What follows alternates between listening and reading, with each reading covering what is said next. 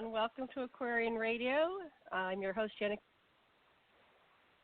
Co-host, Theresa J. Morris has joined me today, and my guest is calling in on or on Skype, and he's supposed to call in on, I can't bring him in. Okay.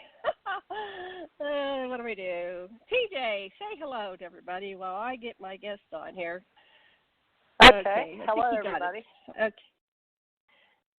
Am I supposed to talk now? Just you're stalling. Okay. Wait a minute. Just say hi, Loy. Who are you, TJ Morris? Hi, everybody. I'm Janet Carol Lessin's co-host tonight from our Alien Contact Organization. We're going to talk about time traveling tonight and the possibility of why some of us think about the future and what we will be doing in the future. So she's recently interviewed somebody about time travel, and I have ERICOP, and that's for Educational Research Association Community Online Press. So you take that and make an acronym for ERICOP. And one of my favorite shows was Time Cop, and going back in time, and we all know about Orson Welles, and we also know about all the people that have always thought, what if I could time travel? So we're researchers, and we provide content on radio shows and our website. So please donate to us. We have a button on our new website, top right, hopefully, to help us stay on the air. Great. And, so we were recently just looking at what it costs to host all this stuff. I've got to get a new host, a new server.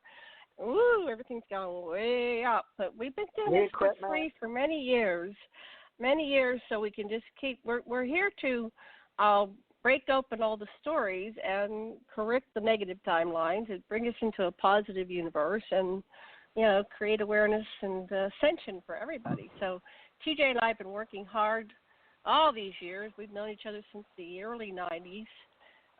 We had little disconnects here and there where she traveled and I traveled, and then we kept finding each other. So we obviously know each other on a soul level. But we're both here. Now, let me just tell you about the guest, and he'll be on in a moment. His name is Michael Macintosh. And I first discovered Michael on Apex TV, and Apex TV is an online YouTube.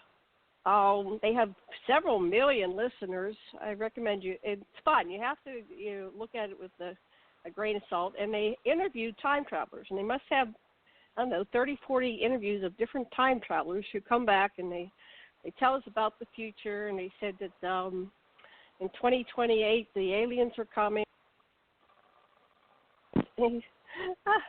My guest keeps calling me on the wrong number. Yeah, okay. We can't hear you when he does that. No. It goes blank. Okay. You go blank. Okay, tell people about time traveler. I'm going to try one more time to get his. So we're talking about time traveling today. So TJ, tell our guests what you know about time traveling. Is it real? Is it possible? Do we do it in a secret government? All that stuff. Okay. Well, it is if you listen to the quasi-crystal effect and how we take 8 points and look at the future with time travel. If you use juxtaposition, supposition, ways to look at the future, and if we decide that we're all going to agree that this is possible in a way that most of us believe in afterlife. So many of us believe in karma and I guess you would say what do they call that? Rejuvenation of life after death. Most of us are taught in most all world religions that life does exist after death. So we're looking at, is it possible that if we believe in reincarnation, is that also a form of time travel, just for instance? And on the other hand, we have people that feel like they have this bilocation, is what we're calling it these days, where we can be in two places at one time, thanks to maybe past life memories or future life memories. So it just depends on how each individual thinks. And many of us are getting together in cyberspace in these groups. And you've seen all the technology that's offered to us this day and time. So what we're doing is sharing our ideas and our opinions, and even possibly our own memories in what Tom Campbell may call your package of memory codes in your container when you come here and serve out what we call a body, mind, spirit, sharing the birth, life, death process. So that's what I call it. I call it the ascension age, and we're very open to hearing each individual's way of thinking and becoming. And Janet calls it living and being, and how do you say it? Living, trying is not trying. Trying is lying. Living. Yeah. We're here to experience our third dimensional physicality. You know what? He says he doesn't have a phone. So I see that Ahmad is live. Is he doing another show right now? Maybe he can pull him into our show. Yeah, he could pull him. He's got a phone number he pays on Skype. So if he knows. Can you pull? Hold on, folks. We have this lately with Skype. Yeah. So we're going to see if this guy apparently is in a human container in 3D reality, but we're going to try to bring in 5D on our 5G. I've got 5G. I'm very fortunate. Are you glowing now? I heard that people with 5G are going to die of cancer. I don't know. A lot of us are still yucky. I know a lot of people are arguing. Everybody seems to be having extra energy about them, a little nervous energy. It seems to be quick to anger. Yeah. I wonder if it's because they did that at Montauk. They did that in Montauk, New York. They went and they experimented with this machine. They went around the neighborhood. When they upped the amps like the 5G is, they all started fighting more. And even the dogs and cats started fighting more, The animals fought, people.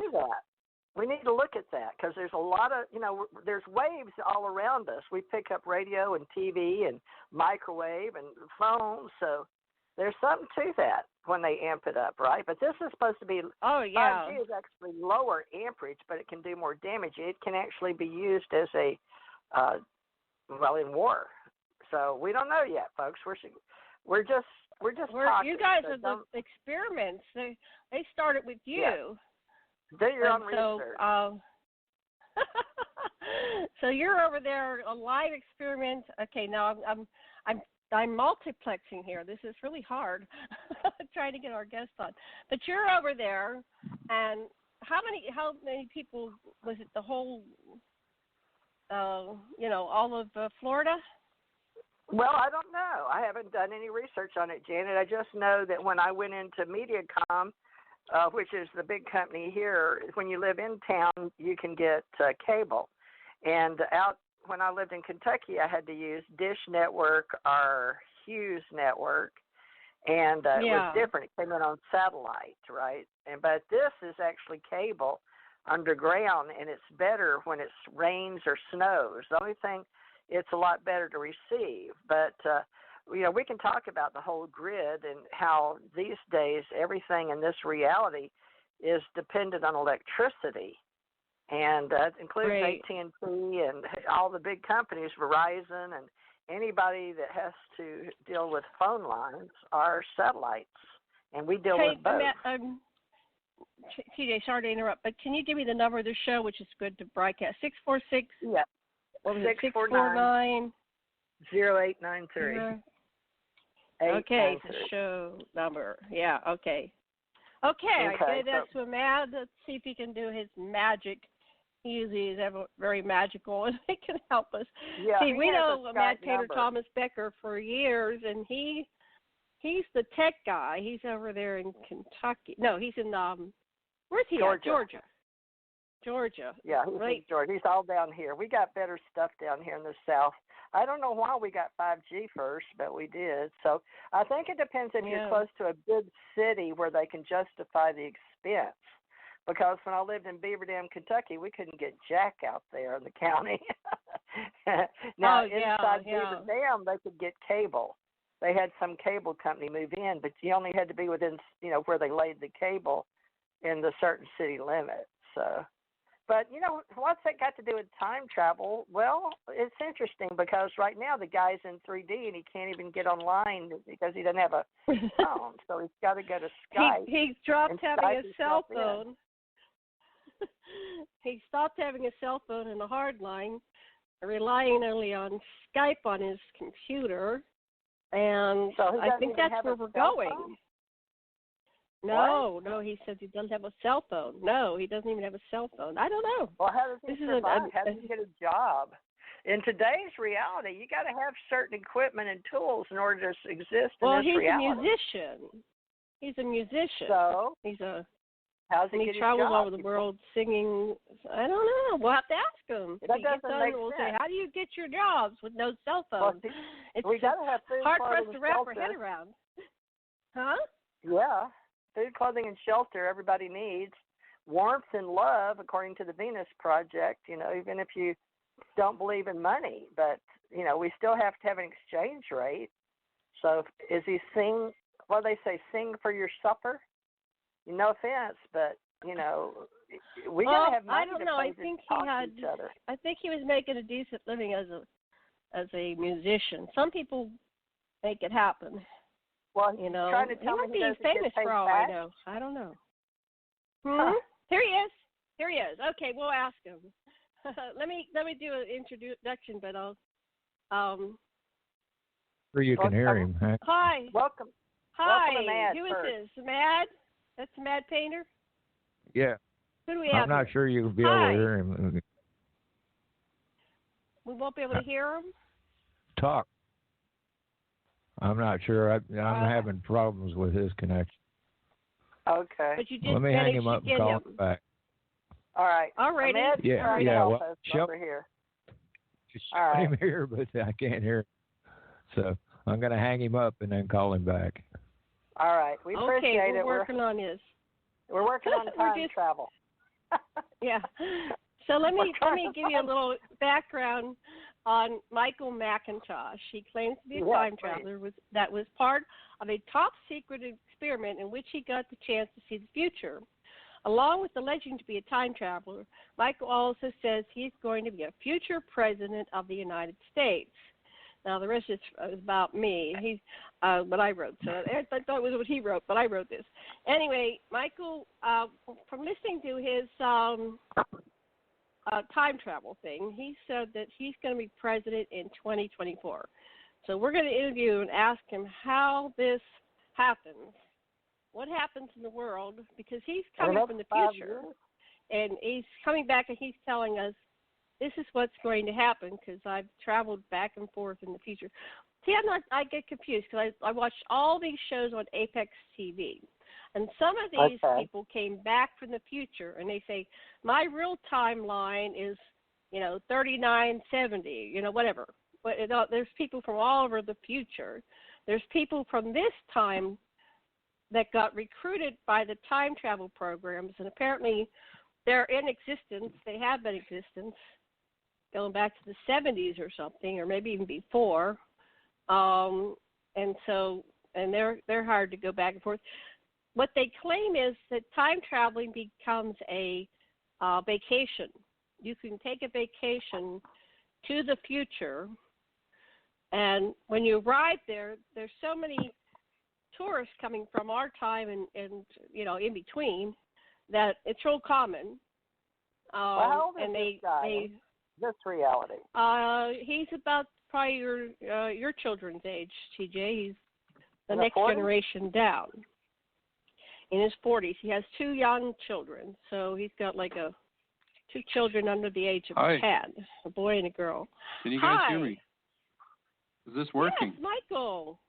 Oh, hi, Michael. Excellent. Welcome to the show. We finally got it to work here. And imagine you're more than welcome to be a part of the show too. We have a party going here because we didn't see you. So let me introduce you to everybody. Listeners, this is Michael Macintosh. I'm here with Thomas Becker, a mad painter who works with me on Revolution Radio. He's my producer, and he's a wonderful talk show host himself. He's got several shows. And we have Theresa J. Morris. She's my co-host. I've been working with her since 2012. And Theresa's in Florida, and Thomas Becker's in Georgia, and I'm in Maui, Hawaii. So welcome to the show. And say hi to Michael, everybody. Aloha. How are you all doing? Well, we all. Yeah. We're all here. Ahmad, sure. An author and speaker. I'm here, but I got to step away for a minute. Okay. That's fine. We appreciate what you did. So we'll get started. All right. So, Michael, we want to know how you did your time traveling. So you're a time traveler. And were you born in this time or in a future timeline? Well, tell us how it worked I was for born. I was born in 1974. At the very end of 1974. So, I first. Yeah, August 27th, 1974, and I was. Yeah. If you're into star signs and all that, you can read into that if you want. But I first encountered time travel via an extraterrestrial encounter. Actually, I was living in Calgary, Alberta, Canada, and my family and I went camping in the Canadian Rockies. And I just kind of came out of my tent and looked at the stars at night and saw that there was a craft. I think I've talked a bit about this before. There was a craft in the sky. It was like the size of a city. It was huge, and I just watched it as it took off. It floated there for a while and took off. Then, like a few weeks later, I was at home. I was only 5 years old when this happened, and I was taken out of my bed at night literally through the wall, through the window, by some sort of tractor beam type thing, into a craft, the same type of craft that you hear about in like the Roswell incident. That's a pretty famous Roswell incident. And the same beings, the same type of beings. And they took me on a very extensive, lengthy time travel and space travel journey in one of those craft. And it appeared, it would have appeared to have only taken moments, but it was a very long time. And that was my first experience with time travel. Was not through a government program, but through an extraterrestrial encounter that I had at age 5. I wouldn't say that I'm necessarily. Did you get involved in the government program? I did. I was the very next year. I was recruited by DARPA via my kindergarten class, where I was teleported from Calgary to El Segundo, California, and then where I met Barack Obama and Andy Bashago that very same day, and indeed my future self,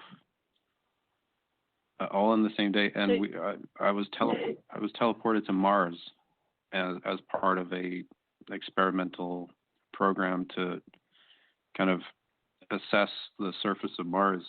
There's a declassified CIA document now that talks about remote viewing on the surface of Mars. I was 6 years old and part of making that document, along with Barack Obama. And they sent me back down to Earth. That was, I think, 1981. I would have been 6. So, yeah, like 81, early 81.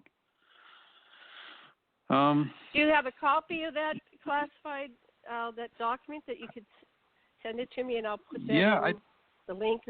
I do. It's if you go, I don't know if you want to just Google search it. It's at the very top of Google. If you just Google CIA remote viewing Mars, it's actually on the CIA website. Okay, I'll look right now. CIA remote viewing Mars. Wonderful. Yeah. Okay. Yeah. So you met you met Andrew Bashago, and Barack Obama. So they were in the Jump Room program at El Segundo. And how old were they? Yeah. In 1981, and I met, and at the very, to me, the most interesting thing was, in retrospect, I suppose, I met my future self, which is kind of weird, you know. I didn't realize that I was meeting myself because I don't look like I did when I was 6 years old. I look like obviously a totally different person, but after going through this program and then having my memory suppressed, I somehow later on encountered Andy Bishago again, just a few years ago. Well, we came in contact. I think that he's. Yeah, and he reminded me of what I had been through because my memory had been suppressed, and I suffered from very serious depression for like 30-something years because I couldn't remember any of this stuff. But I started to remember after meeting Andy, or coming in contact with Andy. I didn't actually meet him in person. We just came in contact and communicated via the internet, as we're doing right now. On Facebook, on Skype, or how did you meet him? Because he's very hard to get in contact with. Yeah. Well, we had some lengthy. Yeah. Well, we had some very lengthy Skype discussions and Facebook and whatnot, and I think he helped me to remember basically what it was that I had been part of, and helped me to formulate the logical conclusion that I'm probably going to be president of the United States in 2024. I don't really want the job, but it seems like that's what I'm being kind of set up for. And so what makes frankly, you think also how do we get what's to the that conclusion? Yeah, how do we get to that outlook, that perspective? Well, you're talking about I was part of a program on when I was 6 where 2 other people involved in it. One ended up being president, and one has aspirations of becoming president. And I know that he will, actually, because of other time travel, my previous time travel experience. 2016. Andy was the time travel president in 2016. No, he didn't do that because he had lost his eyesight. So now he's coming back. And so that must be a different timeline or something. But go ahead. Yeah, tell your story. Let's let him talk for a while, and then we'll ask questions. Okay, TJ? So just let him talk. Go ahead. Well, because of my time travel experience when I was 5 that I talked about just now, I was able to ascertain that we already know who the future presidents are. I indeed know that I will probably be president, having gone forward and looked back at the history record of the future. Does that make sense, you guys? Yeah. I already know who the next several presidents will be, and so I'm not alone in this. It's sort of well established at this point that, like, George W. Bush knew he would be president. George H.W. Bush knew, possibly Bill Clinton, Obama himself, and possibly even Donald Trump knew that he would be president in advance because of access to time travel technology. And if that is going to be the case, the logical conclusion to me would be that I would be president in 2024 because of the present conditions that we see in the world and the expertise that I have as an individual would be perfect for the job. And I believe Andy will be president in 2032 until 2040. I know he's going to be very old probably by that point, but he'll be able to handle it.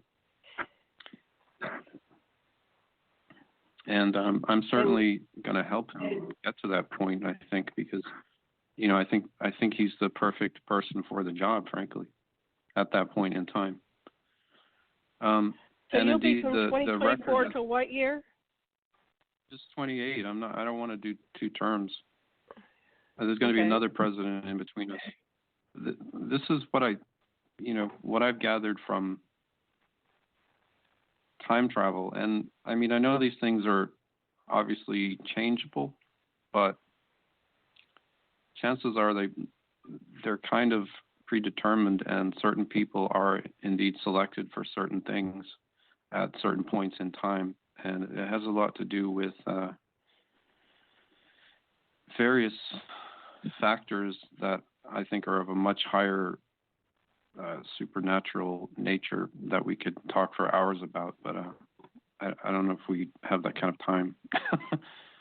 Well, we can just go wherever, because we can always do more than one show. Yeah. So feel free to go where you're drawn, because this is an important story that we're fleshing out here. Mm-hmm. And it's very complicated. So we're probably not going to cover it all in 2 hours, so don't let that one go.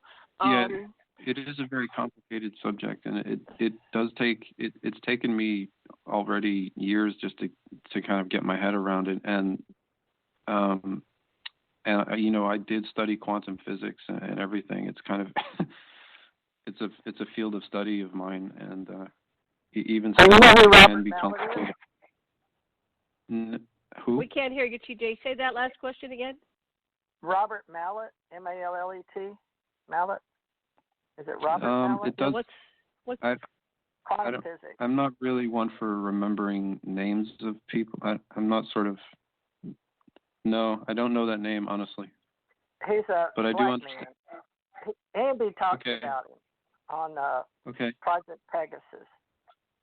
Okay. So let's go back to your involvement in Pegasus. So let's flesh that out a little bit. So you were in Pegasus, or you were in a different program? Well, I don't know that it was necessarily called Project Pegasus back then. I don't think it even the Mars program really even had a name, and that's a name that was ascribed to it afterwards, possibly by other people. I don't know who came up with that name, but Andy did. And okay. Well, that's his moniker.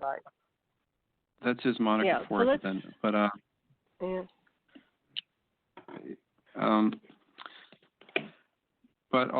So, Michael, what was your involvement in the program? So you started. Let's go back a little bit So you met. It's complicated. You were 6 years old. You were 6 years old. Yeah. Mhm. When the first time. What did they have you do? What did they have you do in the program? Well, at 6 years of age. That was the Mars teleportation thing, where I was teleported to Mars to remote view the surface of Mars and figure out what the past, present, and future of Mars was, and for them to transcribe it and have this information, have access to this information, which that declassified document does. It talks about the sort of ancient history of Mars, that I was able to figure out what Mars used to be like, because I have a sort of a special ability called chronovision. I don't know if you guys are familiar with what that is, but so you have an ability of chronovision. You're able to chronovise without having a mechanism. Without technology, yes. It's a mental ability that I have. I didn't realize that was special at all until I realized that very few other people are able to properly do that. But yeah, I can look at, focus on a geographic location and with effort am able to determine and visualize and even see in my mind's eye kind of what the past and the future in any given location will be. I don't know if anyone else here is able to do that, but I am. Of course. I wouldn't have been in the project if I couldn't do it. Of course I can. Okay. Everybody. All right. So let's see what. So let's see what we So what did you get? So you were on Mars, and what did you get? And what was the name of that program again? I'm looking up the CIA. Was it Stargate? I'm looking at what I was doing. It was Project Stargate. I'm on the site. Stargate. Anyway, you'll have to find the link for me so I can have that here. Yeah, it's pretty easy to find if you just put in CIA into Google, CIA remote viewing Mars declassified. Okay. It comes up to the very top. But okay. Yeah, what did you see on Mars? How far did you go back? Did I see? And how far did you go forward? Yes. Mm-hmm. I think mostly they were asking me to focus on the past. I think that's what the document talks about. They were asking me to focus on like 1 million years BC or something. I think the document mentions that. But it was past, looking specifically into the past, and we were able to find out that there was indeed an advanced civilization on Mars in the past that somehow ended up being destroyed in a cataclysmic event, or probably around the same time that the flood happened here on Earth, the flood of Noah that's mentioned in the Bible, and that there was a cataclysmic event also on Mars around that time, and but there are remnants of that civilization still on Mars today. We figured that out, and there are sort of Martian humanoid beings up there and other life forms, which I encountered personally while I was up there at age 6, and indeed later on when I went back as an older person. I was again on Mars like 2 or 3 years ago now. What is it now? 2019. So you're talking like 2017. I went back in time to. This is it's kind of an infinite loop. I went back in time to like 1975 and points before that, posing as somebody else, posing as a man by the name of Courtney Maurice Hunt, who Andy Bashago thinks is a friend of, old friend of his family. Indeed, that's true. Right. But it's an alias. He's in fact me. So you're Courtney Hunt. I am, yeah. I know that's kind of hard to kind of wrap your head around, maybe a little bit, but and this was done not with government technology either. This was done with extraterrestrial technology that I have been given access to by them, basically. This has nothing to do with the government. It's higher than the government. The government is kind of frequently used by extraterrestrial beings to kind of help humanity, if that makes any sense. They kind of they have the ability to kind of figure out how to use our government to benefit us. Okay. And get the right people into the right places to make sure that things happen that are ultimately beneficial. And so they did that with me numerous times. And I know it sounds crazy, but they're probably going to help me end up becoming president in 2024. Well, who would they be? Do you live in Canada? Or explain, you grew up in Canada, but you moved to California. So you're a musician in California now? El Segundo? No, California? No, none of that. See, this is what happens when I talk. People take everything out of context and I'm just repeating what you said. Canada to California. You're not repeating what I said. You're taking things out of context. Yeah, let him tell his story. Yeah, let him go. Go ahead. I thought he was in Canada and went to California. No, it doesn't. It's not relevant where he is. I don't know if you want your location known, so we can just leave it private. We don't need to know where you are. I can't. Yeah, I can't give you my location right now anyway because of what's going on in our government presently. I'm a targeted person because of my involvement in the 9/11, specifically because of my involvement in the 9/11 Truth Movement. I'm a highly targeted person, and I have to keep my location quiet until the so-called deep state is completely cleaned out because there are people out to kill me. And that's the truth. Oh my goodness! Yeah. So. Yeah. So we're not worried about where you're at, and we're just worried about. So I want to just tell you. Let me just tell you. I did find the document. It's a transcript. Is this yours? It's a transcript, like a deposition, and it's. I'm not going to cut and paste it into the website, but I did put the link, and it's from the Central Intelligence Agency, and it says Mars exploration, May 22nd, 1984. Is that one yours? That's correct. Or is that something else? That is it. Yeah, that's the one. It was transcribed in 1984 from a recording that was made, or a report that was made by Barack Obama of what he could link up to that I was seeing. I was basically like the tool that he used to gather this information, if that makes any sense. Like he himself has parapsychological abilities, and he was able to link up mentally with me to see what I was seeing and to interpret it via a recording device.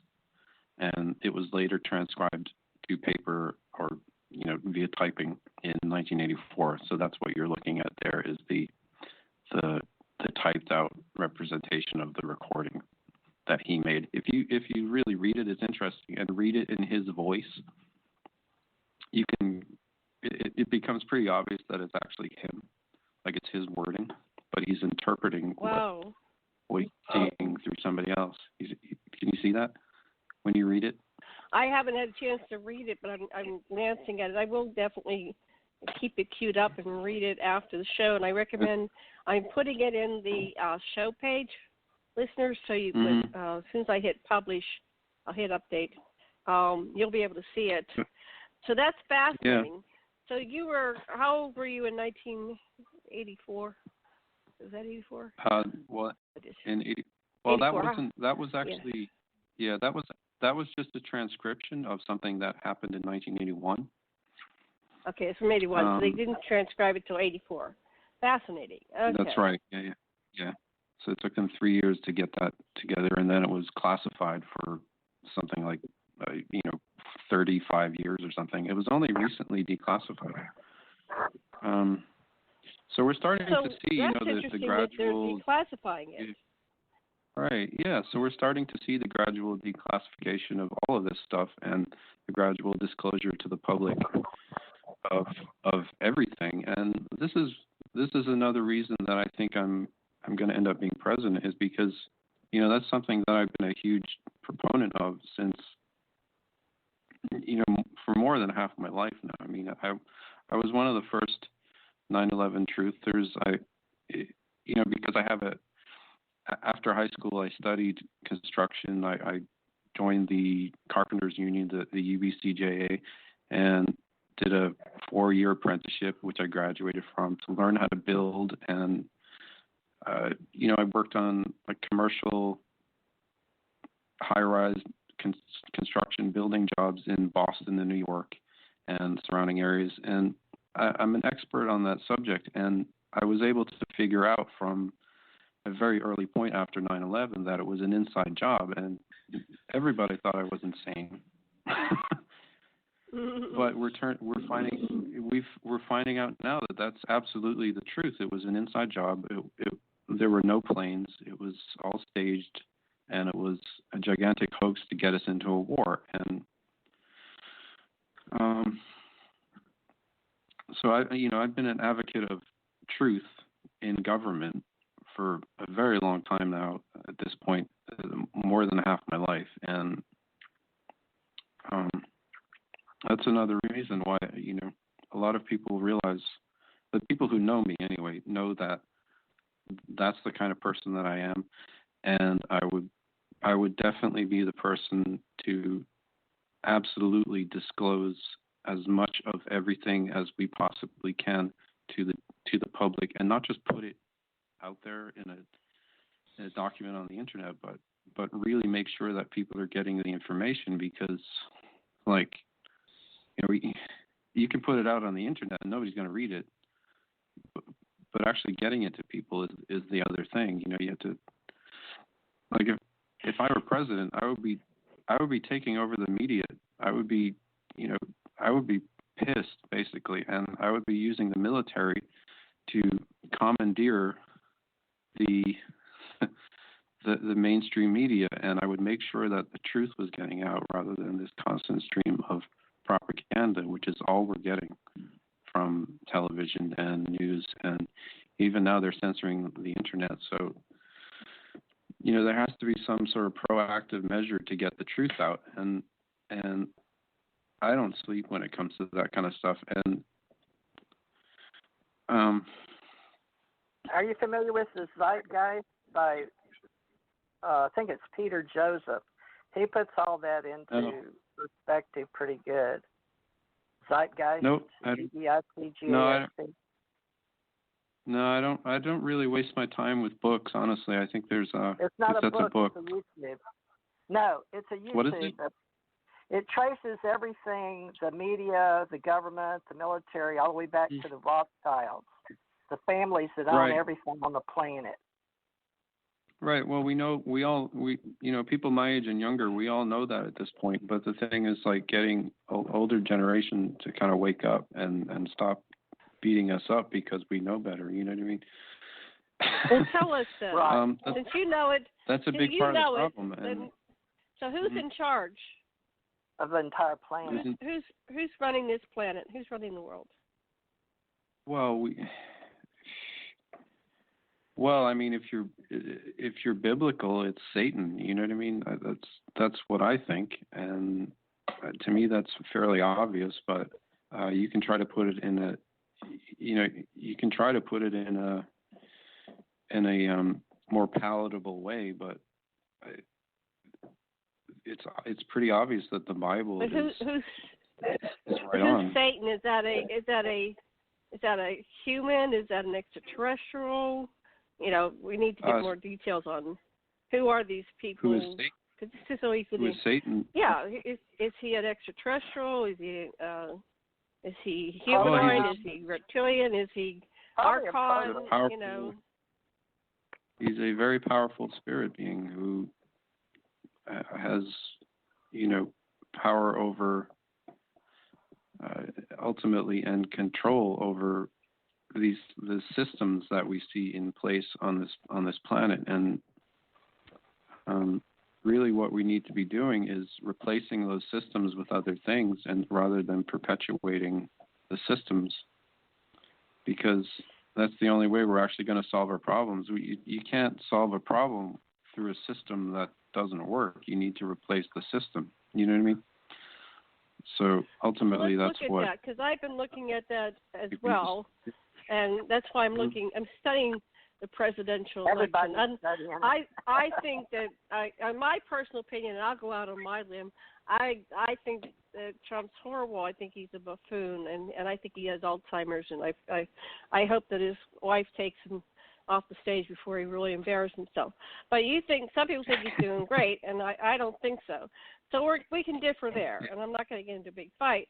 But I'm looking at policy, so I'm paying attention, and I think it's time that, so if you're going to be president, you can start now and put your policies out there, because people are tired of the name calling. It's just like a bunch of 5-year-olds, like, oh, you're this or you're that. Who cares?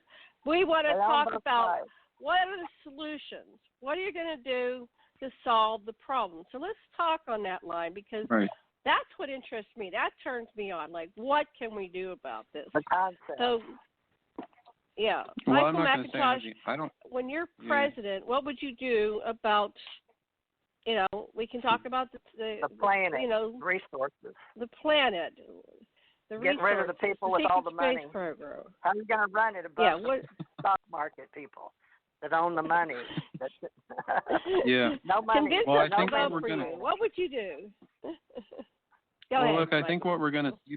I think what we're going to see before 2024 is a replacement of the financial systems anyway, and a complete collapse, because we have cryptocurrencies. They're taking over slowly but surely, and the dollar is going to become worthless. The euro is going to crash. The pound is going to become worthless. They're going to be throwing gold and silver in the streets because it's not worth anything anymore.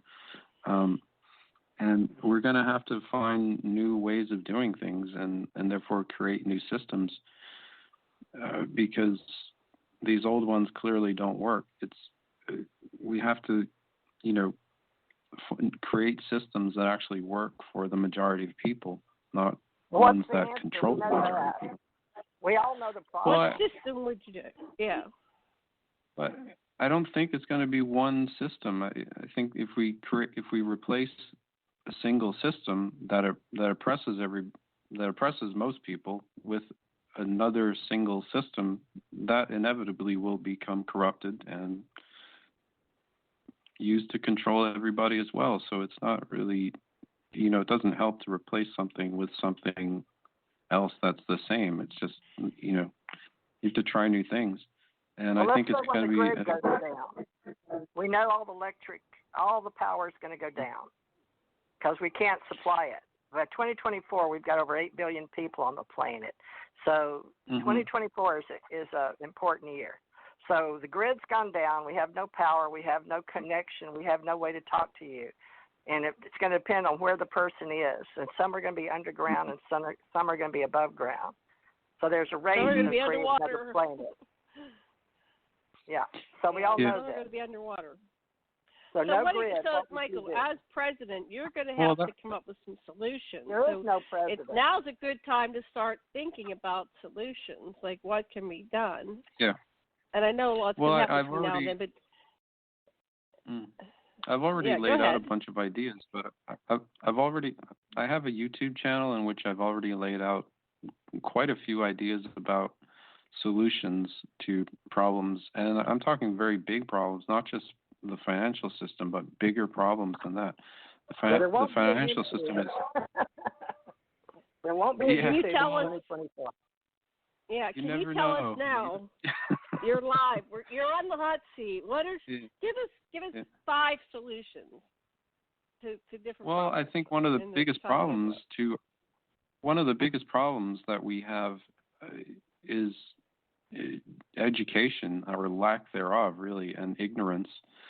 So what we really need to do is not just promote learning and education, but we need to dismantle things that are obstacles to that, like things that we call organized religion, for instance. We need to literally dismantle that. All that's going to be gone in 2024. Yeah, but let him address this. We're going to go in the future. So go ahead. Well, what would you do about organized religion? Because it basically has the whole world controlled and split up against each other. So tell us your ideas, Michael. Take it away.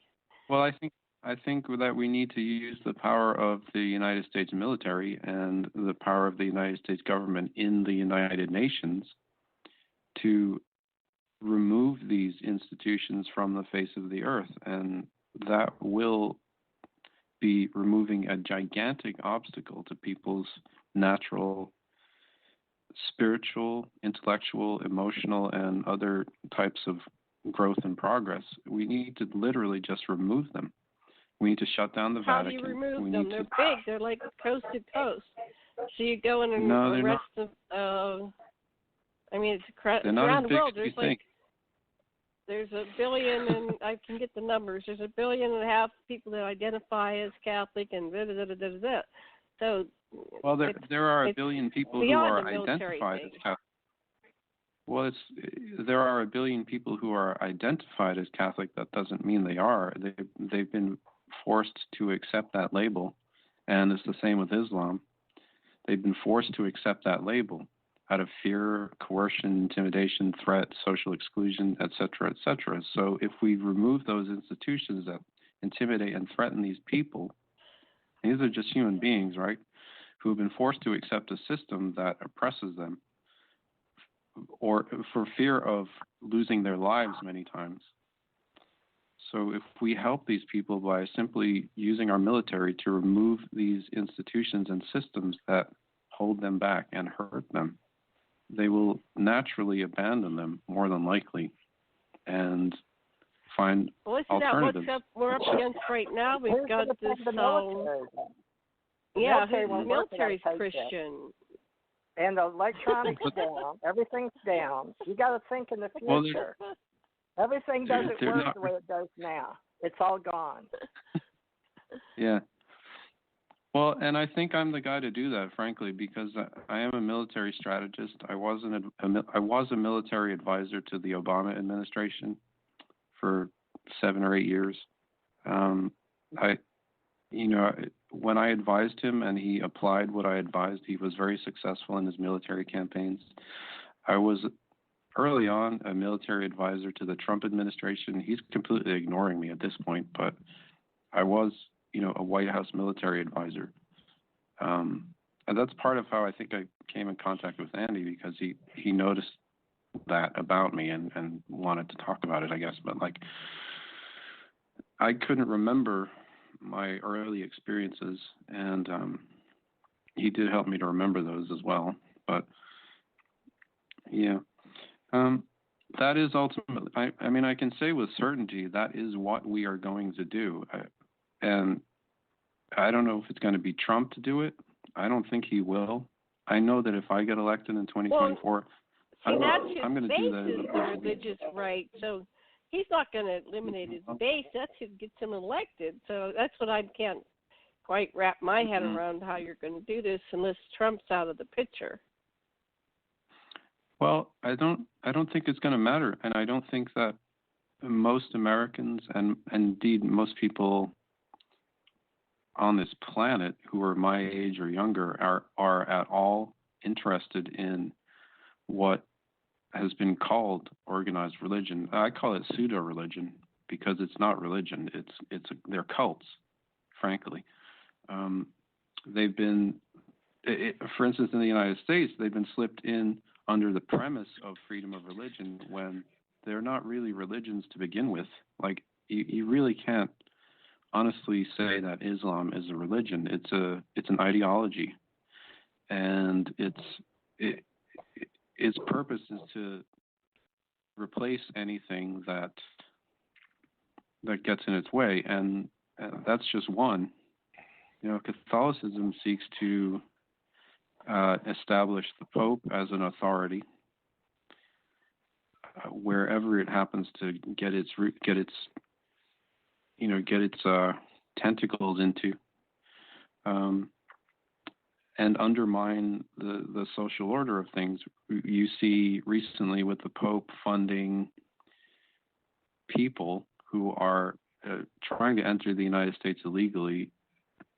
He's all for that. He's all supportive of that, and indeed giving those people money. So this is an act of war against the United States of America, whether we want to call it that or not, but that's literally what it is. So what about the scenario that you went on Apex TV, and they said that in 2028, time travel will become common knowledge and the extraterrestrials will reveal themselves. Is that part of your timeline that you're representing? Yeah, I believe that I would be the person to do that also, to publicly disclose time travel and make it publicly available, and to either disclose or give undeniable, irrefutable evidence of the existence of extraterrestrials to the general public. This has been something that many presidents in the past have wanted to do, but were prevented from doing. I'm not the type of person that is going to let anything get in my way. And I can promise you that. So you haven't heard? They said that they actually show up and they walk among us. Is that part of your timeline that they're going to be walking among us at that point, like sitting down? I believe maybe with us. It's certainly possible. They do come and visit me on occasion, so whether I want them to or not. For some reason, they seem to like me. You know what I mean? So they've kind of like picked me for certain things. Which group? Like I work with Planet too. Which group do you work with? I work with the Allied Command and the Galactic Relations. Yeah, and they're very peaceful. And the problem they have with making themselves known to us is the fact that we aren't peaceful. We're constantly fighting with each other about stupid things like so-called religion, nationalism. I mean, we can't even get Congress to agree on basic, decent things for the people of the United States of America. It's like we should be able to do that. You know what I mean? Which do you work with? We're not. I'm sorry? Which group do you work with? You're breaking up, Gigi. Yeah. I said, which group do you work with? Which group? They don't really have they don't really have a name for themselves. We give them, and certain groups of people give them different names, but they don't actually have a name for themselves. They're just that. Well, do they look like grays, or do they look like mantids, or do they look? Janet and I work with Alien Contacts, D's, and we try to hear the different types with the various groups off planet. And I was just wondering which group, if you're seeing them and they're visiting you, what do they look like? Right. Well, they look like the classic, beings that are depicted in the Roswell incident, like the famous depictions of Roswell, or say like Whitley Strieber's Communion book or movie. If you guys have seen that, it's a very famous movie book. Yes. They look like that. Grays? We call them various levels of grays. Yeah. Well, they don't look gray to me. They look kind of luminescent, but sort of. That's what I was wondering. Tall, short. Yeah. Just describe them. They're different heights, different heights, and they look sort of like luminescent to me, like they glow, like there's like light that emanates from them, like sort of angelic. If you were to, like, I would imagine if someone 2,000 years ago saw them, they would have thought of them as angels, perhaps. So I tend to think that maybe that's actually what they are, is, like biblical depictions of angels. It's just these beings who are in and out of humans, the human experience. Do you take their influence or guidance? They mostly work for me, actually. I can ask them to do things for me and they'll do it. It's kind of strange. I have a strange relationship with them. What do they want you to do for them? Like, so are they guiding you to be present? Since you're saying you're reluctant to be present, you only want to do it one term. So what is the reason behind them wanting you? Because they appreciate the fact that I'm completely an honest person, and I wish nothing but good things for the future of humanity, and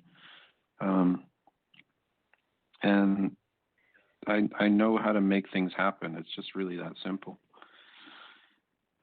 See, one of the things that I got is that the religions will dissolve because the extraterrestrial presence will offer an explanation to our mysteries of, who were these beings that visited us, the Jesus and Mohammeds and Buddhists and, the vimanas, and because the ancient aliens, the ancient ETs have been with us all along. And from my perspective, I'm a researcher of the Anunnaki information. My husband's an anthropologist. Right, and on the highest level, we are they, so we're all part of the oneness. But on the sub-parsings level of the human 3D level, we've separated into self and apparent other. we identify as being in a certain place and time in a certain avatar. So I'm Janet, the human avatar that's female and 65 years old, and you're Michael, and you're in a human avatar, and we put different labels on it. So I was born here, I'm an American, I'm female, blah, blah, blah. But on the ultimate level, we are all one. But the ETs have a different, grander perspective of our history. They know a different history than what we are being taught through our media and through our educational program. So that's they can see all. It could come down. Yeah, go ahead. Yeah. Well, you're right. They have the ability to see sort of every, like, all time at the same time. They can they don't really exist in time. It's more like they punch in and out of it, if that makes any sense. Yeah, it does. And I gained that. Yeah, I gained that perspective as well from the time I was 5, I guess. But it really made sense a lot later. Can you remote view the future to get the gap? So how you go from right now you're I don't know what you do for a living. You're a musician or something, I gathered, and you have a wife and 2 children. Right. I do a lot of different things. That's music is just kind of a more or less a hobby that I treat like a business, and I've it is you kind of have to treat it as a business if you're going to do it. That's just the way it is. But like, I do other things. What? Your YouTube. But maybe you can send people to YouTube. That way, so we don't know how to find you. Which name are you going to use and which YouTube? At least as long as it's up till we lose the grid, and then we're all going to be stuck on whatever piece of land we're on, and we're going to be looking for water and know how to do food. So food, clothing, shelter, warmth, and love is about all there's going to be. We're not going to have a grid, so we're sure not going to have a president because we can't even talk to each other. So it's going to be up to the individual families to take care of themselves. That's why Mother Nature takes care of us. Let's not go there, TJ. You're scaring me. I want to stay on this timeline for as long as I can. I don't want to go into that's the why I'm asking for YouTube. At least we can pretend we'll talk about that in another 3D. show. Right now we're on this timeline. And I That's just why want to I go to your YouTube. Okay, so what is it? Michael Macintosh? Well, is that your YouTube? I'm on YouTube, Michael Macintosh 2024. You can find me pretty easily. I'm not hard to find, and it'll get easier to find me. I'm going to look for I can understand that. Talking. Yeah. Go ahead. I don't know. I'm just hearing and listening to the view of another timeline and how that could happen. And I agree that it is possible to change timelines. However, it is also possible that certain things are predestined and foreordained, and there's nothing you can do to change them. And I know that's maybe a different belief to what you have, but this is indeed the truth. Like, for instance, if you look, I don't know how much of the Bible you've ever read, but if you look in there are people that were foretold as having a certain role in the outworking of certain events. Like, for instance, Cyrus. Are you familiar with Cyrus in the Bible? He was foretold as the man who would sack Babylon 200 years before he was even born. And he didn't know that he was going to do that until someone showed him in the scriptures that it had already been written that he would do these things. So there are, and that's just one instance, there are certain things that are unchangeable. And I do believe that who ends up being in the office of President of the United States, which is a very important job in terms of how the world is shaped and the outworking of what I believe to be God's purpose for humanity. That person is I believe, put there by God himself. And I'm just saying, I think that's how that's going to happen. And that's how I think the beings that are these beings, these extraterrestrials or whoever they are, these beings in existence, they have total control over the timelines. I mean, I've been shown my role as Time Lord. And so they can make whatever they want to happen, because they can go back and forth and, if it doesn't turn out the way they like, they just reset it and they keep going until it's the outcome that they want. So we see a lot of manipulation on our timeline. Well, free will is certainly a factor, and as I said, like, certain things are changeable, but some things are probably not, especially if that's what God himself has already decided. But who's God? Who's God? What's God? And see, everybody has a different perspective of God. I mean, I think that God is source, and that these are little gods that came down and screwed around with humanity, and they were playing like they're the Lord of all creation, but they're just a mini God and little God with little g, and they did a lot of screwing around with our timelines and manipulating things until they got what they wanted, and that's the people that are running the planet that you want to overthrow. They've been called God. Well, these are God. These are lesser gods. Yeah, but these are lesser gods than the supreme God that I'm talking about, which is the God of the Bible, which the Hebrews call Yahweh. The God in the Bible was a bunch of little gods. There's Source, which is universal consciousness and oneness, which is way above this matrix, which is just a virtual reality game. We're in a game because for my research, and my husband and I do nothing but study this stuff, is that whoever won the battle was God, and whoever lost the battle was Satan. And Satan just means adversary, and that's what kept going all through time. There was Yahweh, there was Adonai, there was Enki, there was Enlil, there was Marduk, there was Thoth, there was Nigashita, there was all these gods, and so God was just a title in our ancient Sumerian historical reference. That was a title. So okay, you get to be God now, but they said that there's a creator of all, so they even knew. This is our Bible. All these stories are the backbone of our Bible. But they, at the flood, they had a revelation. They go, what's going on? All these humans are still alive. We wanted them dead. So they got saved through divine intervention by the creator of all, which is above the matrix and outside of this virtual reality game that we're in. But anyway, that's my research. I don't want to call it belief. That's my research, and I can back it up. A being who has always existed. I mean, the being who has always existed. It's hard to comprehend someone who has always existed, but I believe that there is an all-powerful being who wasn't created and has always existed, and that is the God that I'm talking about. The capital G. Okay. So let's call it Source to differentiate between the little gods. So Source, or they called the creator of all. The creator of all, Source, universal consciousness, oneness.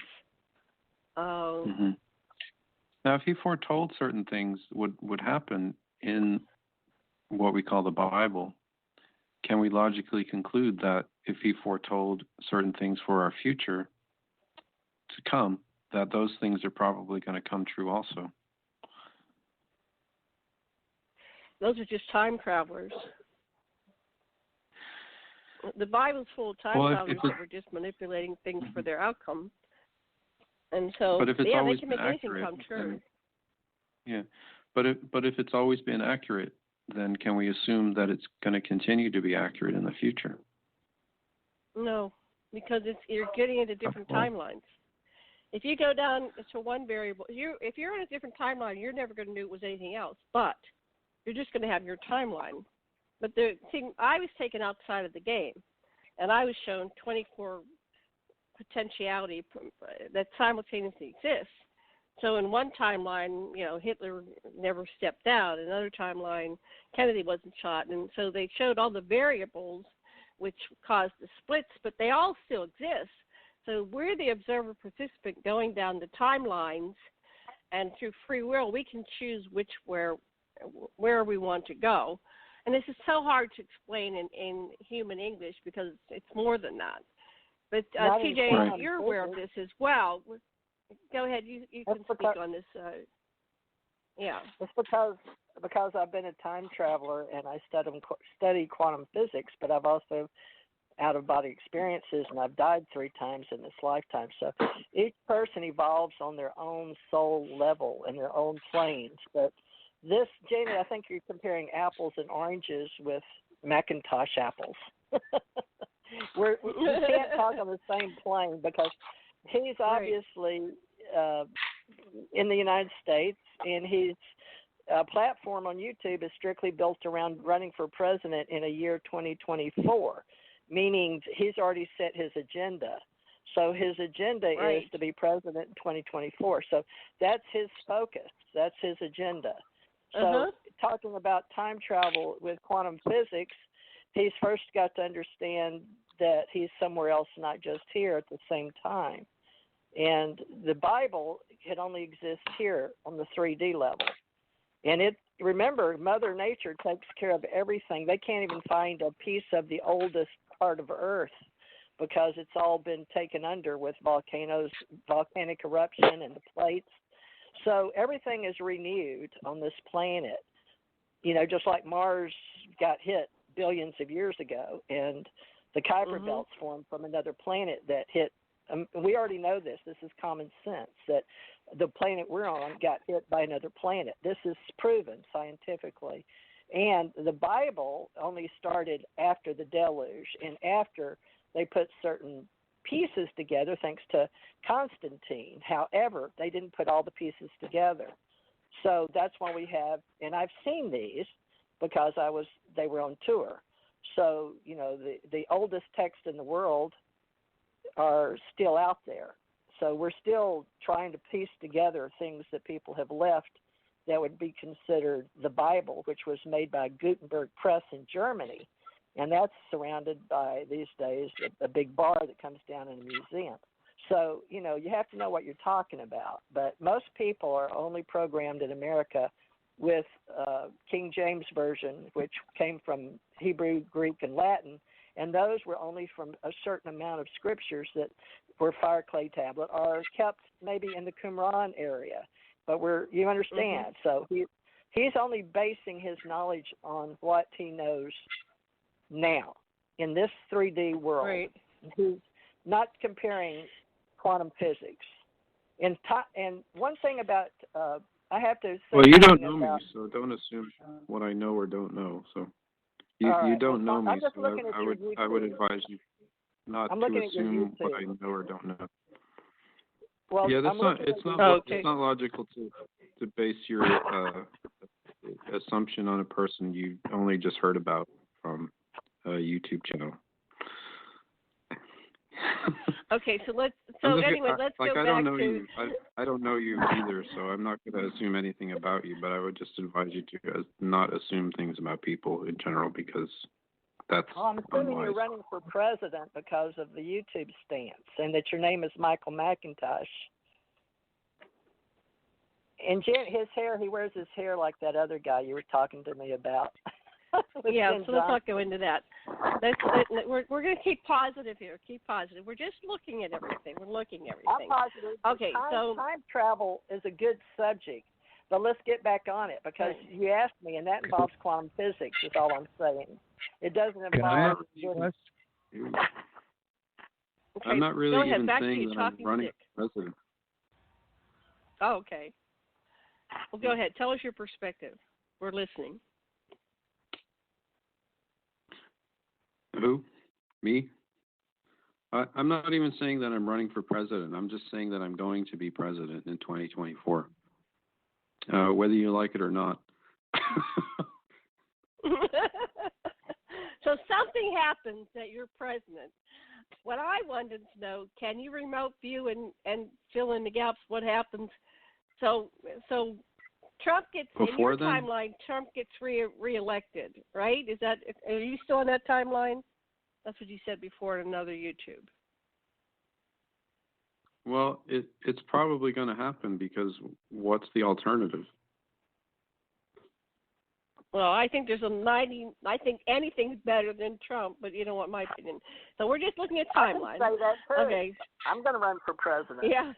I could say I'm going to be president. I am going to be president in 2024. Can I ask a question? I will be president. I will be president. Imad. Let Imad ask a question. I didn't know you were back. Hi, Thomas. Please help us, rescue us. We've gone down into a dark hole. Save us. Well, I might take it even a little darker because you said earlier that you think it has to do with spirituality and the devil and God. Well, who controls? You said the devil or Satan controls the earth. Who controls where the ETs come from? Well, Satan controls the systems on the earth, especially the political systems, ultimately. So what we need to do is replace those. But the ETs aren't, I mean, they're free agents. They're free will. They have free will. So they're not controlled necessarily in the way that people are controlled by the systems in place on this earth. And ultimately, we as humans are not really controlled by the systems that we have that are in place on this earth. We are free agents. We just have to wake up en masse to that fact that we have free will. We can choose to subject ourselves to these systems, or we can choose to create an entirely new system that benefits us. That is what I believe we need to focus on, and not focus on the fear and the control and oppression that's perpetuated on every man, woman, and child on this planet by the systems that are in place. We just need to ignore them, and we need to replace them. It's going to be gradual, obviously, because it's going to be hard to just ignore them all the time, but that's really what we need to start doing if we're going to live without them. And if there's enough of us, what kind of governance system would What kind of governance system would we replace? Are we going to replace democracy? Are we going to have communism? Are we going to have socialism? Are we going to have capitalism? What's system, or is it something completely different? Yeah, go ahead. Yeah, I just think, obviously the solution is not to be rigid or dogmatic about anything. We need to not, that's part of the problem is, dogma and dogmatic thinking about how everybody should do this, that, or the other. It's just not realistic. And that's part of what causes, people to, it causes animosity at the very least between different people, that everybody is forced to do a certain thing one way and one way only, right? Democracy. Well, there has to be some guidance and rules, or else we're all going to crash into each other when we're driving down the road. I mean, we have. Sure. That's why we have the Bible. The Bible stands for basic instruction before leaving Earth, and that was left by whom? The various people that were in charge. How do we keep the lights on? How do we have a distribution system? How do we get food across the planet? How do we feed it? And how do we keep roads or whatever transport is? How do we do this unless we have some kind of systems?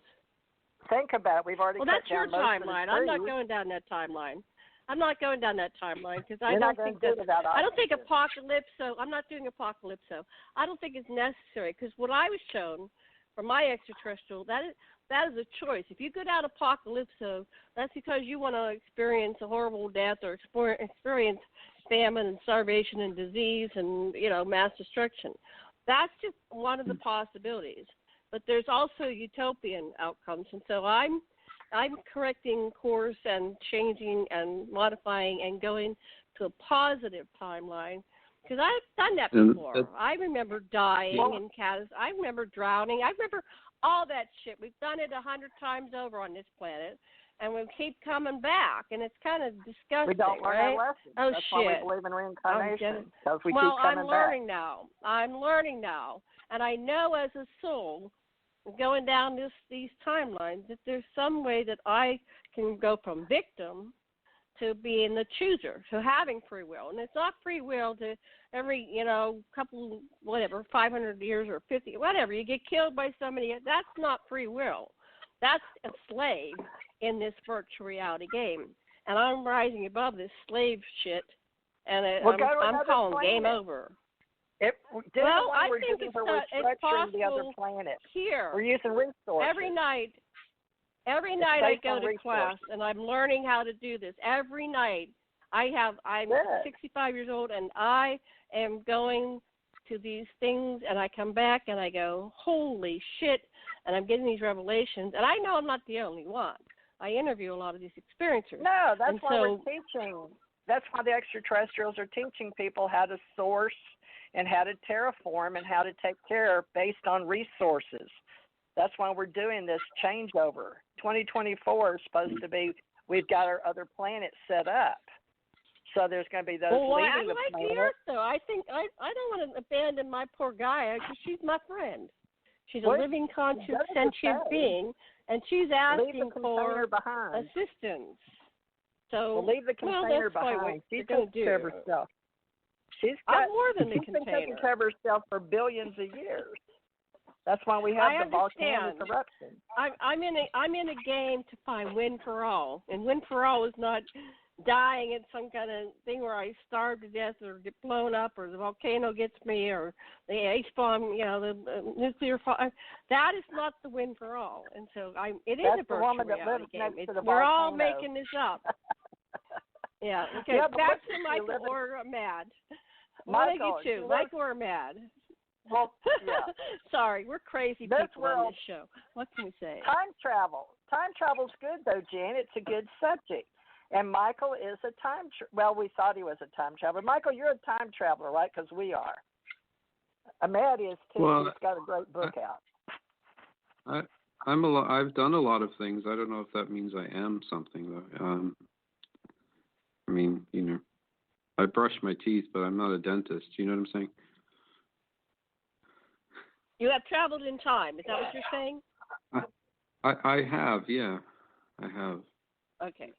And I have too. And you have too, TJ, right? And Thomas, you have as well? I'm only half here 50% of the time. I stay traveling. You guys have literally physically traveled to the past, present, or to the past or future. Of course. I'm 67 years old. Okay. But through means of advanced technology or something to that effect? Yeah, something to that effect. Like you said, you don't know me. Well, that's why I'm asking. I'm asking questions. Yeah, he's asking. I'm not assuming. Yeah. How have you traveled? Have you used technology, TJ? I've done all of that. I've done out of body. I've done near-death experiences. I've done by location. I've been on ships. I've worked underground. I've worked for the government. I've worked in uniform. I've worked out of uniform. I told him who I worked for. That's why I was asking. Allied Council, Intergalactic Relations. That's one of the ways I've traveled. It's on this planet. It's off this planet. And I work very closely with beings that are called extraterrestrials. In God. God is. And Thomas Becker, what have you done? TJ said you were a time traveler. Did you time travel? Well, I don't know about time travel, but I believe time's just a tool for this particular reality that we're in. And I personally travel other places when I dream, so I don't think it has anything to do with this timeline. So, right. In that sense, and we're traveling through space, so We all we're all time travelers. travelers. We're going through space, spinning around on a little bitty planet. Like, come on, guys, we're all travelers. And time is linear. But what we're talking about is a different thing, and I really recommend Apex TV. Just watch one episode every night. It's kind of fun, and wrap your head around it. Yeah, wrap your head around it. And the Felix story.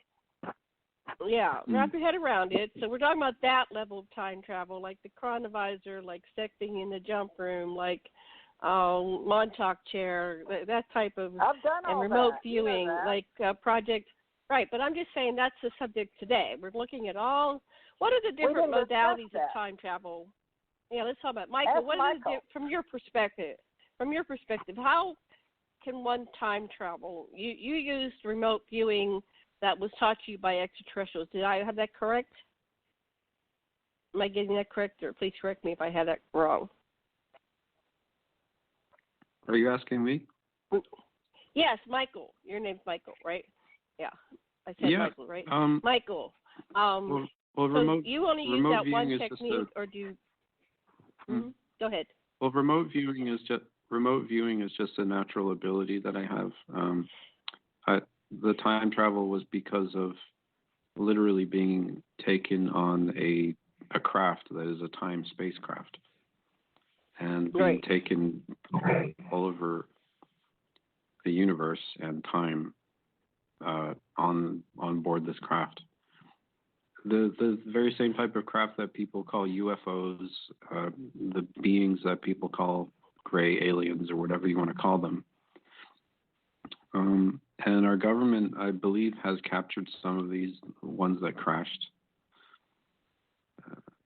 and has access to this technology also, whether it's, like that, you figured out how to use that technology or altered it or derived other technologies from it. I don't really know. I don't have access to that information, but I do know that our government has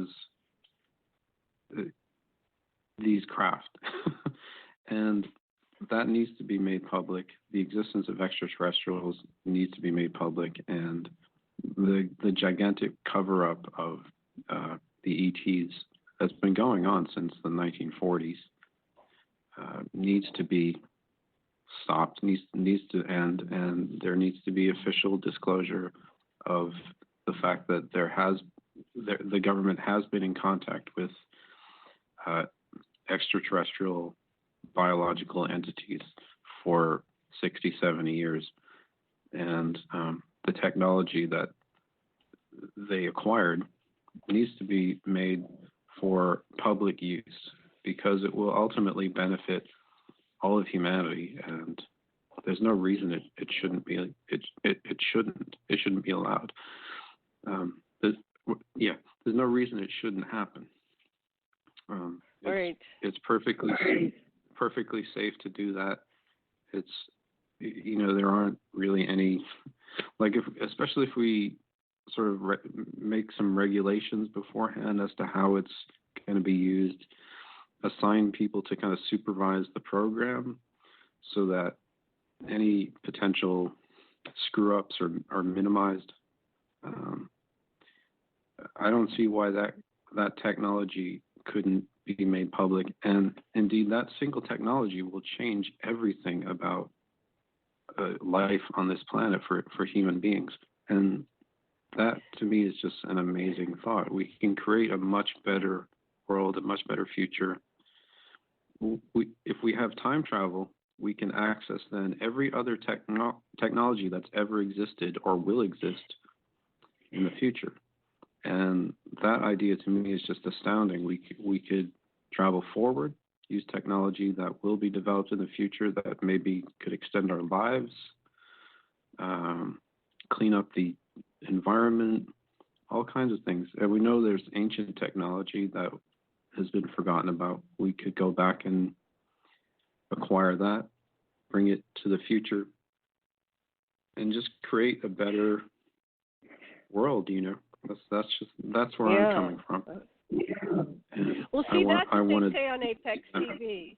they said that what happened was time travel opened up in 2028, and it became a tourist industry. You could go into the future, and they in the future were there to receive us, and they would take us, around, and they welcomed us, and they helped us integrate, and that is a key thing that changed it. Now, you weren't allowed to do things that would change the timeline if you were going back, so everybody was trained, and apparently it was monitored, or somebody, there could be accidents, and it was all monitored and corrected and fixed so it maintained the integrity of the timeline.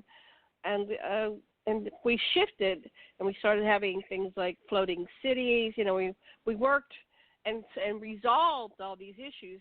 Apparently, LA goes underwater, but they domed it so people could still live there. And a lot of it's fascinating. I don't know if it's all just made up, or sometimes it just seems like somebody knows something. And then you were on that. That's how I discovered you, Michael, was on Apex TV. I don't know if your episode is still there or not, because there's so many that have come after you. It's still there, yeah.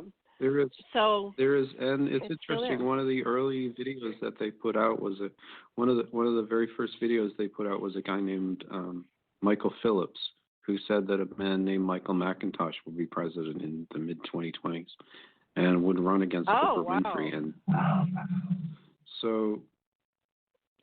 And I had already before. So you are going to run for president. You're not just going to be put in. You're going to run against Oprah. Well, of course, it's going to be done the traditional way that we've always done it. I presume. I mean, that would make sense, right?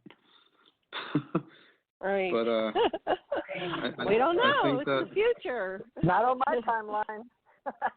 Not in your timeline. I'm just a time traveler.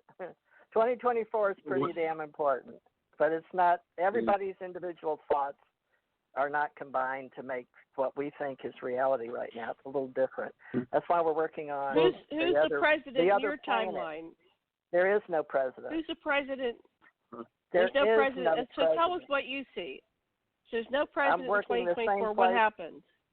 We're all working in a totally different reality because it's all based on resources, based on the planet that we terraform. And that's presently where we are now. We're basing it on the history that we know the people here that want to expand their consciousness. So right now, the only thing we're working on is finding out those that are level in what we call reincarnation to expand the expanse in the consciousness. So everybody will be used at the level that they understand in their source level, which meaning soul. So we're working with people now that understand how souls are put back into a container. That's why we've allowed so many people to be able to do what they do now with the type of animals and planets they have.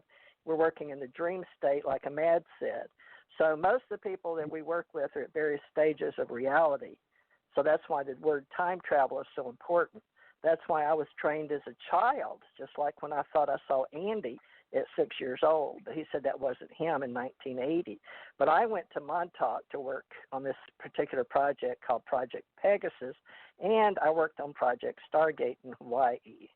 So all these people that work together, there's only so many thousand, and they cut off the quota. So that's what I'm interested in now, is finding the people that are working on various levels of their existence in their soul manifestation. So right now we're looking for conscious manifestors, because various people are at various stages of what we do call various projects. So right now we're working on a completely different planet that is similar to this one based on resources. So right now that's why we're getting away from the reality, Janet, that we're working on now. So by 2024, this reality is it depends on the people. So that's when you go back to there is no death, right? There's only reincarnation. Thomas, do you have any questions, feedback, questions, or whatever? Are you still with us, Thomas? Yeah, I'm still here. Yeah. Comments, questions, feedback? You mentioned alternate currencies. You don't think Bitcoin is one of them currencies where they're trying to do away with the paper money so they can control the system better? I've researched Bitcoin extensively, and I think it's going to do more to help humans move forward than the current mainstream forms of currency. I think it will definitely help. Personally. To me, I think it's so they can watch everything you do. I only do I don't even have a bank account. I don't trust them that much. Well, Bitcoin is totally anonymous. That's the great thing about it. There's no way anybody can track what you're doing with it, and that's one of the biggest reasons that people are going to switch over to this. It's all right there and readable. Yeah, but it's anonymous, so it's not tied to an individual. There's too many coming up and coming, like Bitcoin now. Bitcoin's not holding in the stock market like it was because it has been traced. So now Bitcoin is just like any other. Everything can be hacked and tracked. So don't fool yourself. I have to take a little break here, so carry on without me. I'll be right back. I'm sorry, I have to take a break. I'll be right back. So, we don't even know where the blockchain technology come from. Do you think it's possible it came from the future? Sure. A lot of things could have come from the future. Absolutely. I've indeed met my own children as adults. So in this time frame, just recently, I was visited by a person who was 23 or 4, who I later on came to conclude that was my 9-year-old daughter, who had come back from the future to meet me.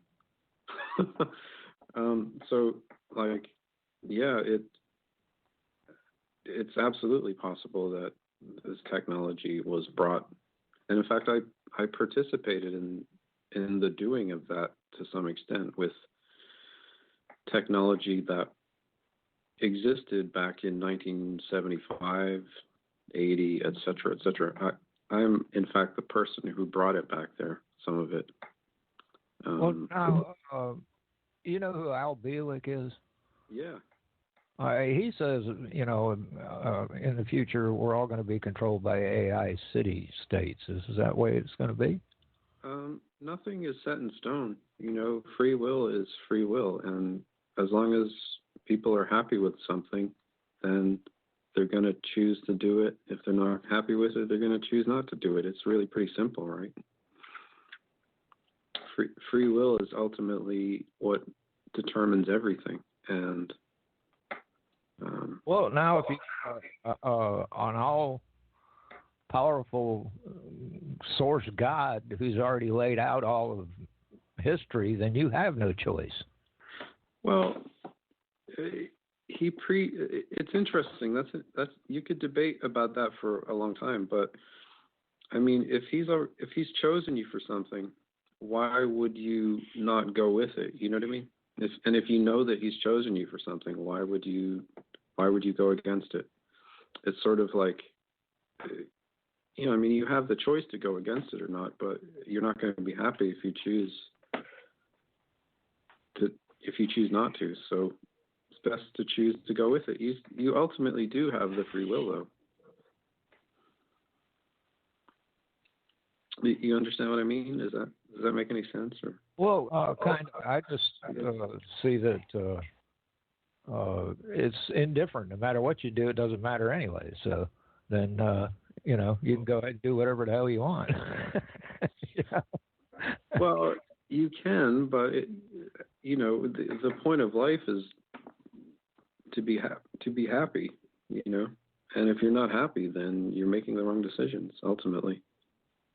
No, I agree with that. So there you go. It's really very simple. Okay, TJ, go ahead. I'm still working on soul level. No, I've been to all those other classes. I've been there, done that kind of stuff. But my travel, when I wound up dead, wound up in the same circle again, looking at going back and forth and forward, and I was like, oh no, I hate it. I hate being out there. So I decided, I'll just work with God. But God's got His plan for me, and so does Godmother, because I still go back to the old thing. You take your mother and father back, all the way back. You got to wind up somewhere, right? And that's what we believe in this reality. It's still 3-dimensional. So I'm trying to work on the 11 plus 2 right now. I'm working on quasi-crystals and how to get out of this timeline, because linear time doesn't matter. It only matters to us here, and that was the hardest thing for me to grasp working in uniform and out of the country, and then working off planet was how do we do all this? But thanks to Project Pegasus and Project Stargate, at least it gave me some direction on a linear timeline. That's why I like working with time travelers. I love all that stuff, but it's just entertaining, But from what I've seen, if we don't do something the next year or two, we've been saying that with us cutting the trees down, that's what they told me. The ETs I worked with thought we were nuts down here cutting our trees when we were so close to 36% oxygen in '93 when we had the Eco Expo. But now we're at 37. Well, and we can't go anywhere else because of oxygen. So that's why 2024. We're supposed to be completely with another planet, so that's what we're working on in space with the space most force. of the oxygen comes from plankton, not trees. Believe it or not. Well, the carbon dioxide we're putting off. The oceans. Yeah, the oceans are pretty bad. But it's not just trees. It's why did we cut the trees? Because we put off a lot more carbon dioxide, more than anything. But look at what we're doing with everything else. So, yes, we've done it. We're going to pay for it, regardless of where it comes from. TJ, it's the carbon dioxide. What's your source of information about what's happening by 20? What'd you say, by 2024? What's your source of information? 2024. That why is it important? That important year?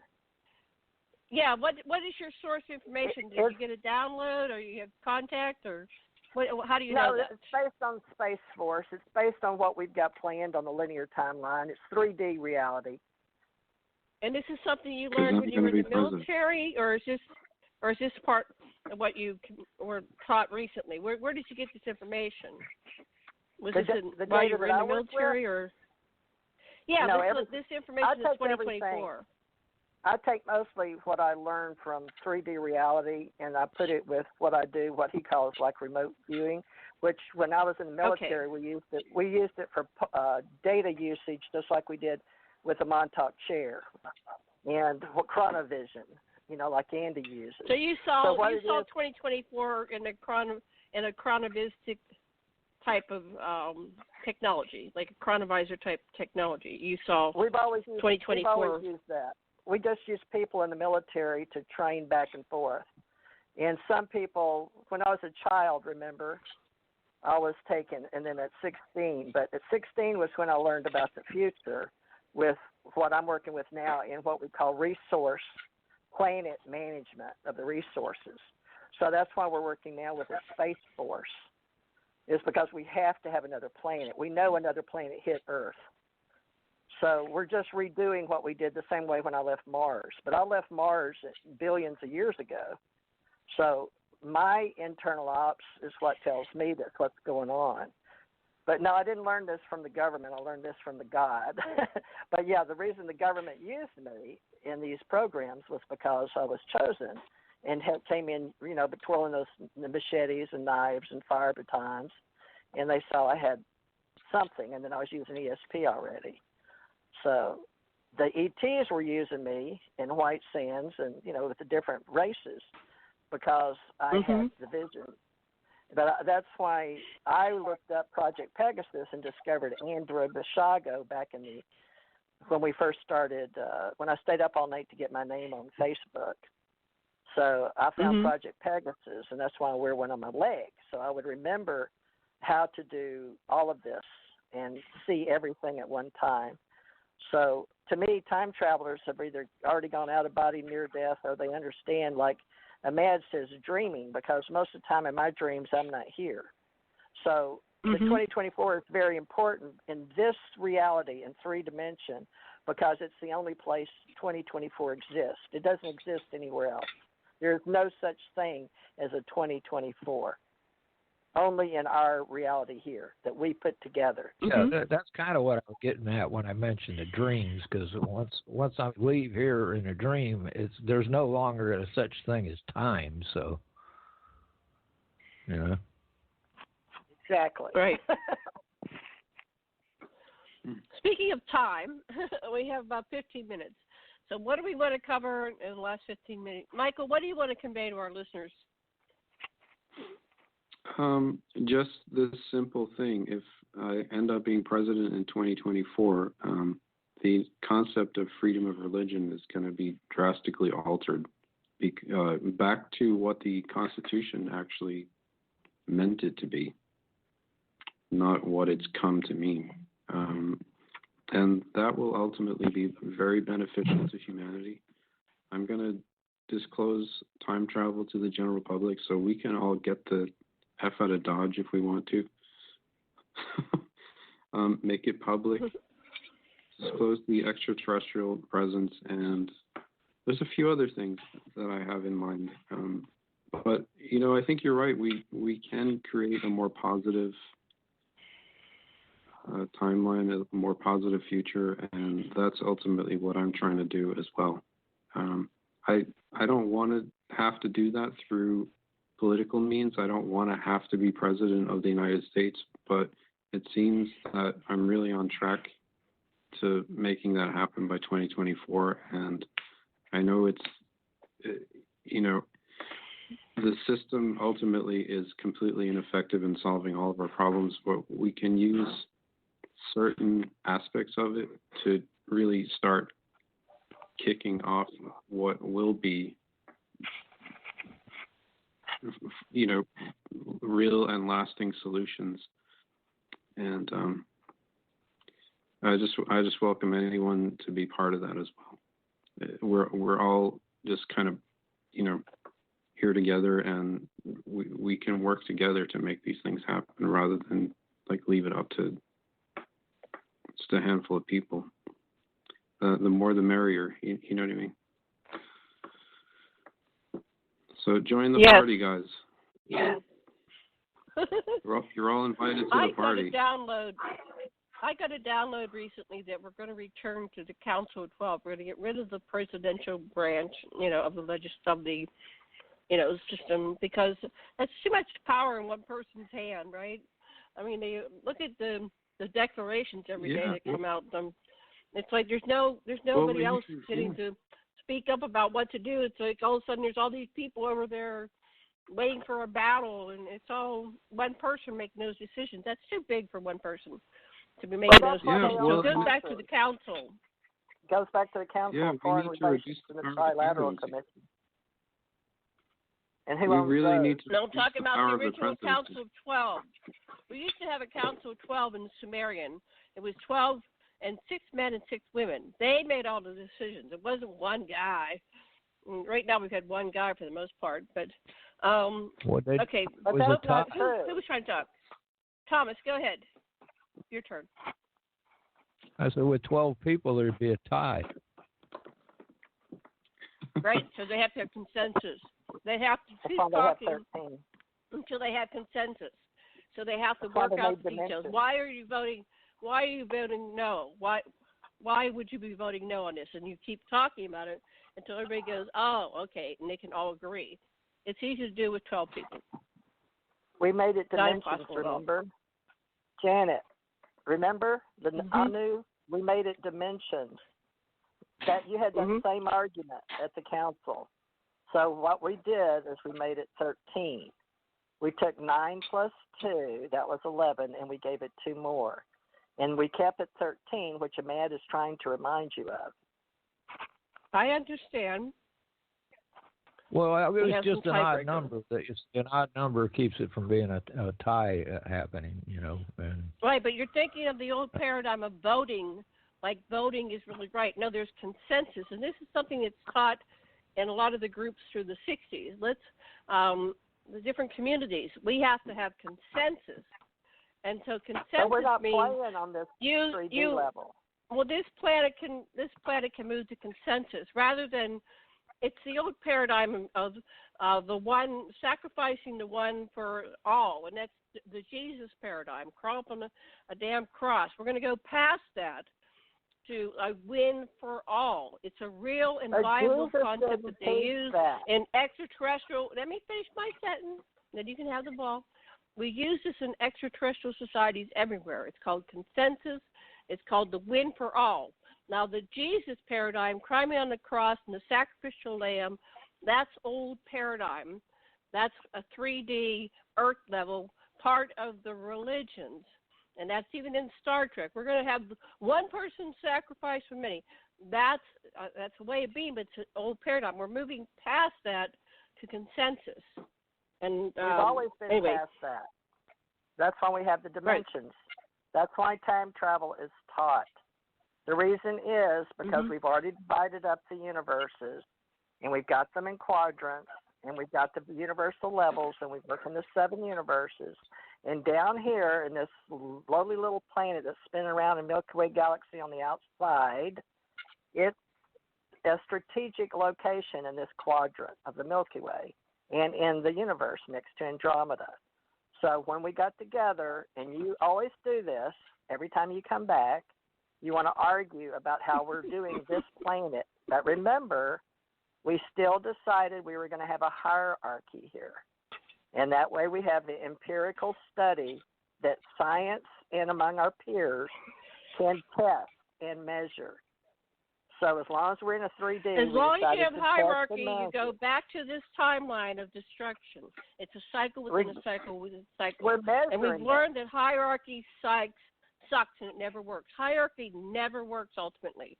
So we're looking at consensus, and there's other places that are working in consensus, and that's part of where we are in the yugas, in the Kali yugas. We've come full circle.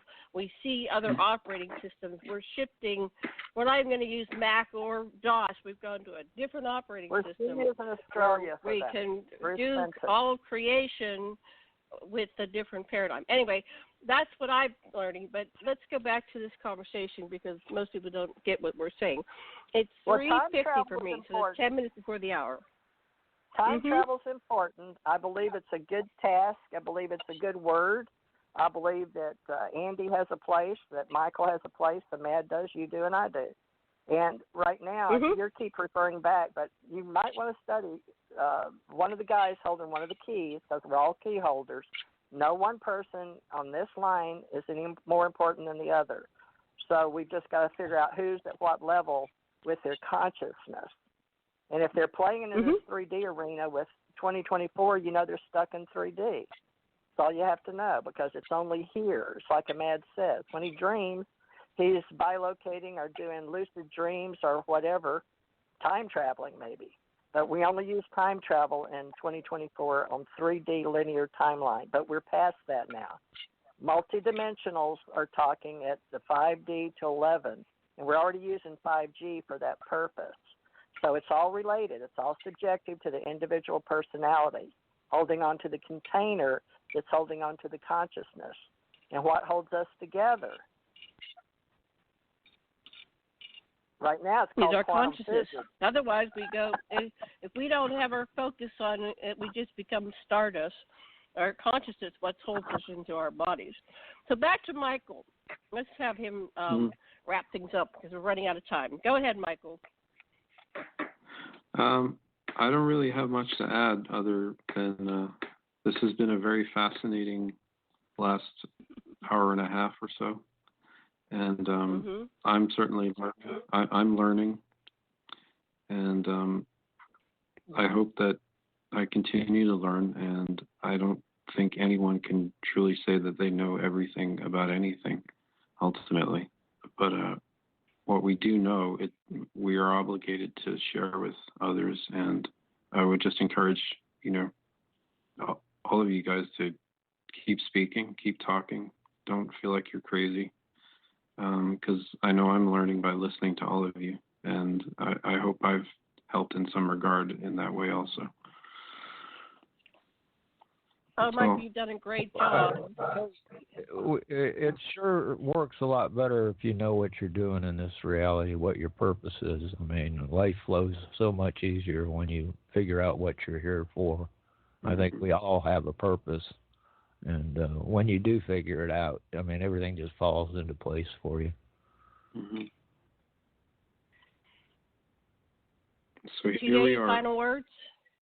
Yeah, we're going to be closing the show. What's your final words, TJ? We're going to end with Plan of the Peace. We're going to create this Plan of the Peace, but go ahead. keep learning, because we're all here for a reason. And if it's not to level up in a consciousness game, what's left? You know, you have to take care of your soul. Your individual free will has to do with your own soul level, your consciousness level. And it's not death and dying. You don't die. Your body decays and you leave your container. End of story. Life is forever. Life is eternal. So keep working. This isn't all there is. I agree. So we're going to call this a day, and thank you so much for joining us here at the Aquarian Radio. And we've had the pleasure of having Mike Macintosh, and I'm your host, Janet Carol Lessin, and we have Thomas Becker, also known as a Mad Painter, and Theresa J. Morris. And we were just planning, Michael and myself, and this is how it ended up, so it was all meant to be. So we will be doing this again next week, and I want to sign off with Planet of Peace by Jaiya Earthchild, my dear friend who's living in Australia right now. So hope you enjoy Planet of Peace. Aloha.